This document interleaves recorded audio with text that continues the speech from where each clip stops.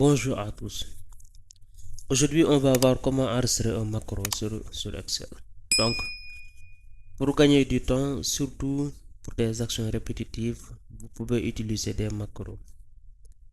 Si vous n'avez aucune notion de code informatique, vous pouvez quand même créer une macro en enregistrant des actions que vous aurez paramétrées au préalable.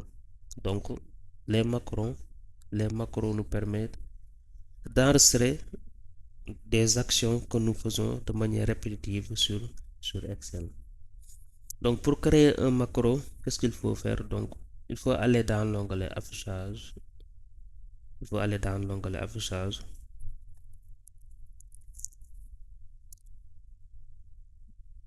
Il faut aller dans l'onglet affichage. Ici, macro, je clique pour développer. Je vais enregistrer une macro. Donc je clique enregistrer une macro. Donc ici j'ai une boîte de dialogue qui s'ouvre, enregistrer une macro. Donc le nom de la macro, le nom. Ici j'ai le nom de la macro. Je choisis ici mise en page pour cet exemple, mise en page. Donc il est très important de ne pas mettre de l'espace. Donc il est très important de ne pas mettre de l'espace quand on nomme notre macro.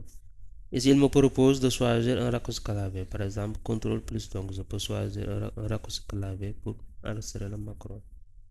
Enregistrer dans le macro dans ce classeur. Ici pour cet exemple, on va soit je peux créer un nouveau classeur ou bien pour cet exemple je vais choisir ce classeur. Si je veux aussi, je peux décrire, ajouter une description à ma macro. Donc après avoir fini les réglages, qu'est-ce que je fais? Je clique sur OK. Maintenant je vais dans l'onglet accueil et je vais faire mes mises en page. Donc je vais venir faire mes mises en page, Donc je vais venir ici sur les entrées de tableau, augmenter un peu la taille, mettre de la couleur, changer la couleur de la police, sélectionner mon tableau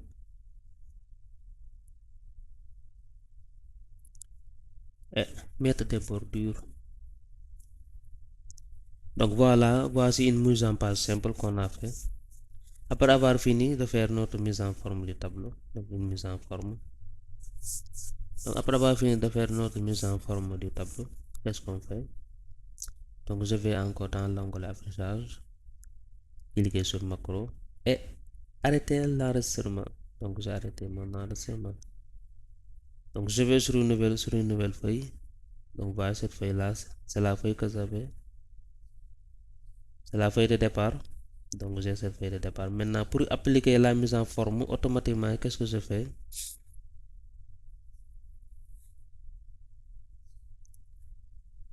Je sélectionne mon tableau. Je vais dans l'onglet affichage, macro. Je vais cette fois-ci choisir afficher les macros. Donc vous voyez, c'est mon macro tout à l'heure qui est présent, qui est le macro mise en page. J'aurais dû écrire mise en forme. Mais bon, c'est pas grave. Donc après avoir choisi le macro en question, après avoir choisi la macro en question, je vais venir ici, exécuter. Donc j'exécute le macro. Donc voilà, automatiquement, donc j'ai la mise en forme qui est reproduite.